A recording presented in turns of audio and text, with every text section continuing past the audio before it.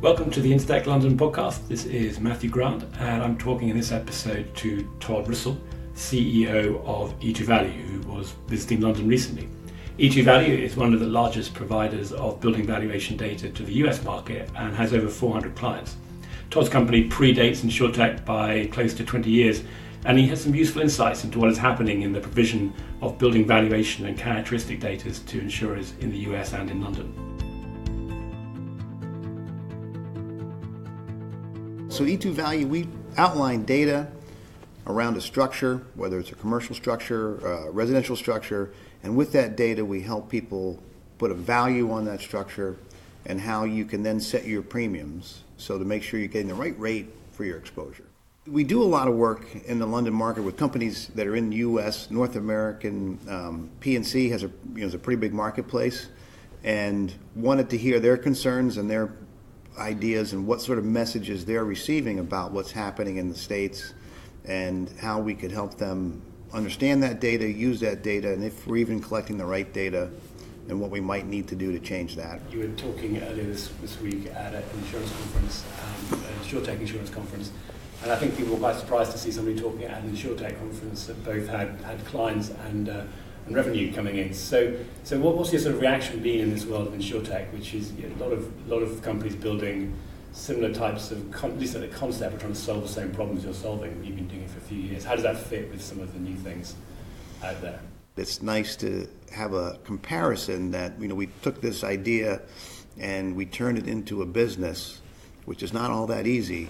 And so when people see that, so it helps, I think, on one end to have a perspective that it can be done.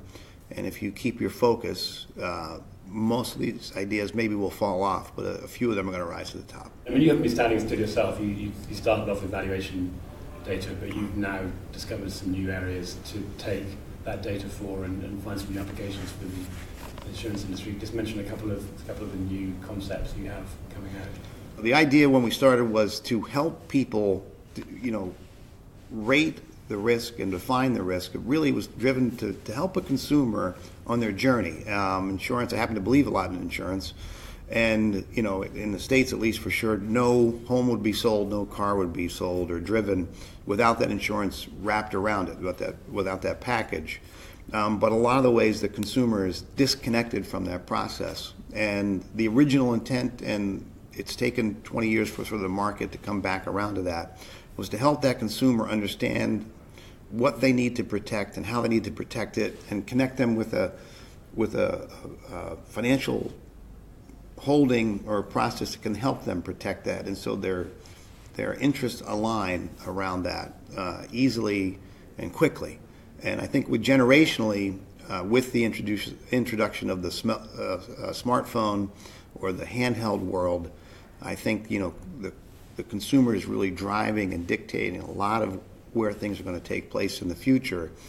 And so our process, our data, our information can help the old world of, a piece of paper and underwriting and rate meet the new world of, I want insurance today for my B&B, experience this weekend.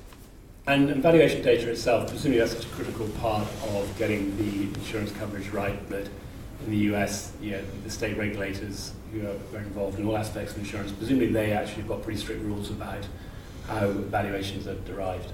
That's a great question. A lot of people do think that is what happens, but it's actually more of a laissez-faire, Wild West approach to it, and it's really rooted in the existing law in the states, and that it's more of a buyer beware. And since the consumer has 100% control from the standpoint of they can choose the policy, they can choose the carrier, they can choose deductibles. The courts have looked to them to say, well, you should be able to choose the coverage amount, and you should have the input because you have that control of that. And legally, most folks lose when they say, well, the carrier set my value at whatever number, and then you're in California, you have a wildfire, it turns out that number was half of what you needed. There aren't a lot of recourses for the consumer in that process. On the other side, carriers are smart enough to realize they can't go around saying, too bad, and have a good reputation and reputationally be able to convert consumers if you're back into that smartphone world. And so they're paying attention to it to try to help it from the other side too. But the regulating side is not going to be an avenue of how to fix that. Certainly the whole concept of getting better data and into London itself is a key part of people making better underwriting decisions and pricing better. And you had over 30 people at your workshop yesterday from Lloyd's talking about that. So clearly it is a big issue. But what kind of differences are you seeing when you talk to the carriers over in London and how they think about data versus some of your clients in the US? I think the U.S. clients, they're closer to the data. They live in the data world because they probably own a home, they probably have a tax bill, they've probably seen, the buy and sell websites. So they understand that there's data readily available about a home, about a structure, about a commercial building. And I'm not sure they have to be convinced that the data is there. Where here I got a little bit of a sense that I had to be convinced that the data was there, and that the data is reliable. So when someone says I have a 2-story colonial with 3 bedrooms and 2 bathrooms, I think the London market, at least in my perception of the meeting, was there's a lot of skepticism of that data, and mostly because they're at the end, I call it the telephone game, they're at the end of the chain, and so there are 3 or 4 parties removed, and 3 or 4 parties have said that data is wrong. And it's in their self-interest to say that data is wrong sometimes. And so someone in London is like, well, who do I believe? Excuse me, a person that's telling me the data is wrong, or do I believe this data set? Where in the States, they tend to gravitate towards the data set, and they're not 3 or 4 people removed from the process.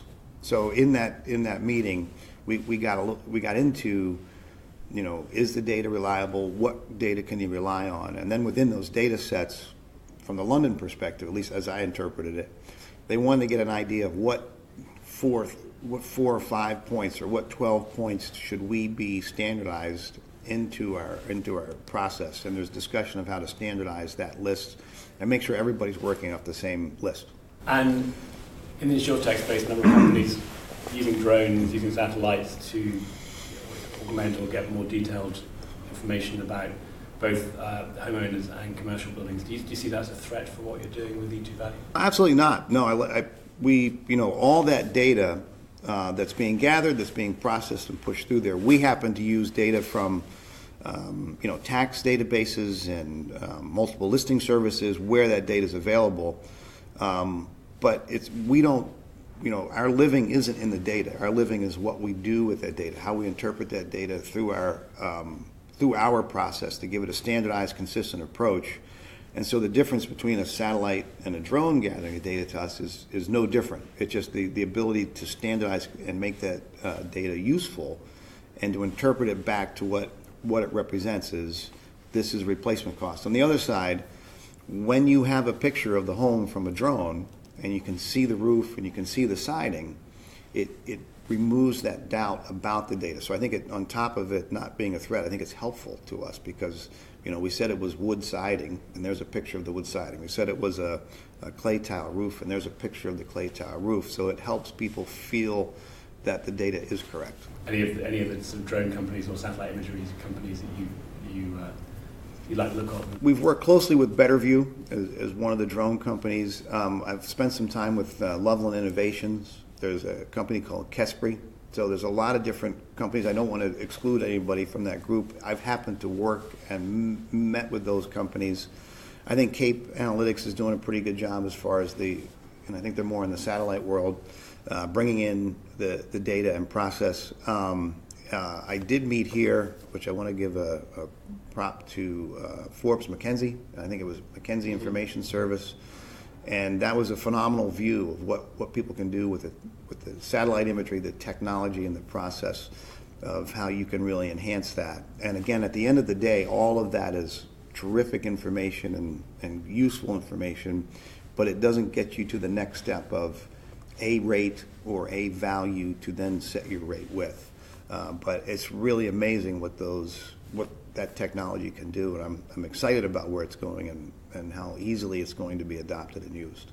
Yeah, that collaboration between sort of what you're doing and what other organizations are doing in this insurtech space seems to be more and more people looking at rather than just looking at insurtech as disruption.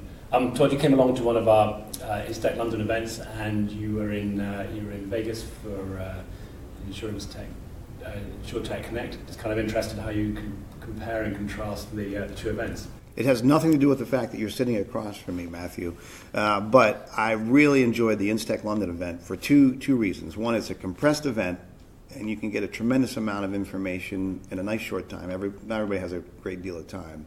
I love the venue. I love the atmosphere of that process, and the information from the stage, from the presenters, is interesting, and it gives you open perspectives. Just in the one meeting I went to, I was amazed at the different perspectives of what people come up with. But the people in the audience, that's another great connection part.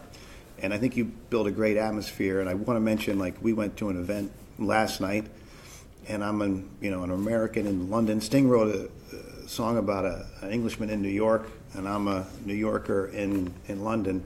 And I walked into a venue because of InsTech and because of your team, and I knew, 20% of the people at this one venue, it was a great feeling and a good, here I am way away from home, and I had friends. Yeah, we should say thank you to Novidea for.